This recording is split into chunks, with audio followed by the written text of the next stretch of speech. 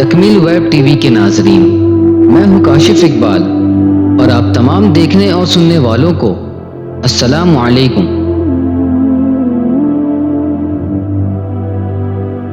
ناظرین گرامی، حضرت جنید بغدادی رحمۃ اللہ علیہ فرماتے ہیں کہ قدرت نے عجیب انداز میں میری دستگیر اور عبرت کے لیے عجیب مناظر دکھائے۔ ایک بار سفر حج کے دوران ریگستان سے گزر رہا تھا کہ ایک شخص ببول کے درخت کے نیچے بیٹھا ہوا نظر آیا۔ میں نے قریب جا کر دیکھا تو وہ ایک نوجوان تھا جو حق کی تلاش میں گھر سے نکلا تھا۔ لوگ آ رہے ہیں اور جا رہے ہیں مگر تم ایک ہی جگہ بیٹھے ہو۔ میں نے نوجوان سے دریافت کیا، آخر اس کی وجہ کیا ہے؟ نوجوان نے بڑی اداس نظروں سے میری طرف دیکھا اور کف افسوس ملتے ہوئے بولا، مجھ پر ایک کیفیت طاری تھی مگر جب یہاں پہنچا تو وہ کیفیت ختم ہو گئی۔ میں اس کی تلاش میں بیٹھا ہوں۔ حضرت جنید بغدادی رحمۃ اللہ علیہ فرماتے ہیں کہ میں نے اس نوجوان کی بات سنی اور اپنا سفر جاری رکھا۔ پھر جب میں ارکان حج ادا کرنے کے بعد واپس آیا تو اسی نوجوان کو دیکھا۔ وہ اس جگہ سے ہٹ کر تھوڑے فاصلے پر بیٹھا تھا مگر اس بار اس کے چہرے پر افسردگی کے بجائے خوشی کے آثار نمایاں تھے۔ میں قریب پہنچا اور اس نوجوان سے مخاطب ہوا، اب یہاں کیوں بیٹھے ہو؟ مجھے میری کھوئی ہوئی چیز اسی جگہ ملی ہے، نوجوان نے پرجوش لہجے میں کہا، اس لیے میں اس مقام پر پاؤں توڑ کر بیٹھ گیا ہوں۔ یہ واقعہ بیان کرنے کے بعد حضرت جنید بغدادی رحمۃ اللہ علیہ حاضرین مجلس کو مخاطب کرتے ہوئے فرمایا، میں نہیں کہہ سکتا کہ ان دونوں باتوں میں سے کون سی بات زیادہ اچھی تھی، کھوئی چیز کی تلاش میں بیٹھنا یا اس جگہ بیٹھے رہنا جہاں گوہر مراد ہاتھ آیا ہو۔ اس واقعے سے اندازہ ہوتا ہے کہ حضرت جنید بغدادی رحمۃ اللہ علیہ کو غیب سے قدم قدم پر ہدایت دی جاتی تھی اور عجیب انداز میں معرفت کے رموز و نکات سمجھائے جاتے تھے۔ حضرت جنید بغدادی رحمۃ اللہ علیہ اپنی زندگی کا ایک عجیب واقعہ بیان کرتے ہوئے فرماتے ہیں، ایک دن میرا گزر کوفے کی طرف ہوا۔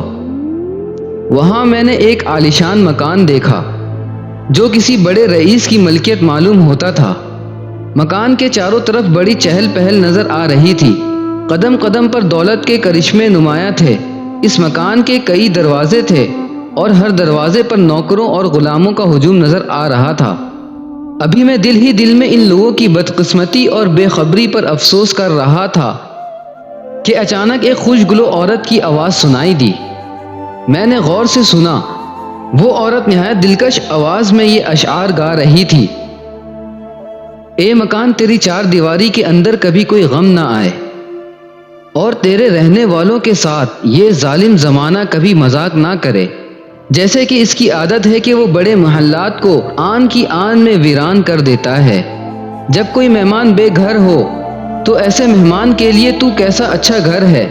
حضرت جنید بغدادی رحمۃ اللہ علیہ نے عورت کے اشعار سنے تو یہ فرماتے ہوئے آگے تشریف لے گئے، ان لوگوں کی حالت بہت نازک اور سنگین ہے، یہ دنیا اور اس کی رنگینیوں میں مکمل طور پر غرق ہو چکے ہیں۔ پھر ایک مدت کے بعد اتفاق سے حضرت جنید بغدادی رحمۃ اللہ علیہ کا گزر اسی محل نما مکان کی طرف سے ہوا۔ آپ نے حیران ہو کر اس عشرت کدے پر نظر ڈالی، کوئی نوکر اور غلام وہاں موجود نہیں تھا، در و دیوار انتہائی خستہ ہو چکے تھے اور جگہ جگہ سے اینٹیں گر رہی تھی، ریشمی پردے دھجیوں میں تبدیل ہو کر پیون خاک ہو چکے تھے، دروازے تباہ ہو گئے تھے، اب نہ صاحب جائیداد تھا نہ دربان، فانوسوں اور کمکموں کی جگہ چمگادڑوں نے اپنے گھر بنا لیے تھے۔ جن کمروں میں شہر کے بڑے بڑے امراء جمع ہو کر داد و عیش کیا کرتے تھے، اب وہاں آوارہ کتوں نے ڈیرے ڈال دیے تھے۔ ہر طرف ذلت و نحوست برس رہی تھی اور حاطف غیب یہ اشعار پڑھ رہا تھا، اس کی ساری خوبیاں جاتی رہیں اور رنج و عالم نمایاں ہو گئے۔ زمانے کا یہی مزاج ہے کہ وہ ایسے مکان کو صحیح و سالم نہیں چھوڑے گا، لہٰذا مکان کے اندر جو محبت پائی جاتی تھی اسے وحشت میں بدل دیا گیا اور کیف و سرور کی جگہ شور و ماتم برپا ہو گیا۔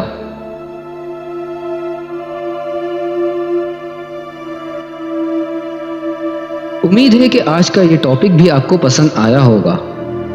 پسند آنے کی صورت میں ویڈیو کو لائک کریں، شیئر کریں اور کمنٹ باکس میں اپنے قیمتی رائے کا اظہار کریں۔ اس کے علاوہ چینل کو سبسکرائب کرنا نہ بھولیں۔ ہماری اگلی ویڈیو آنے تک اپنا بہت زیادہ خیال رکھیں۔ اللہ نگہبان۔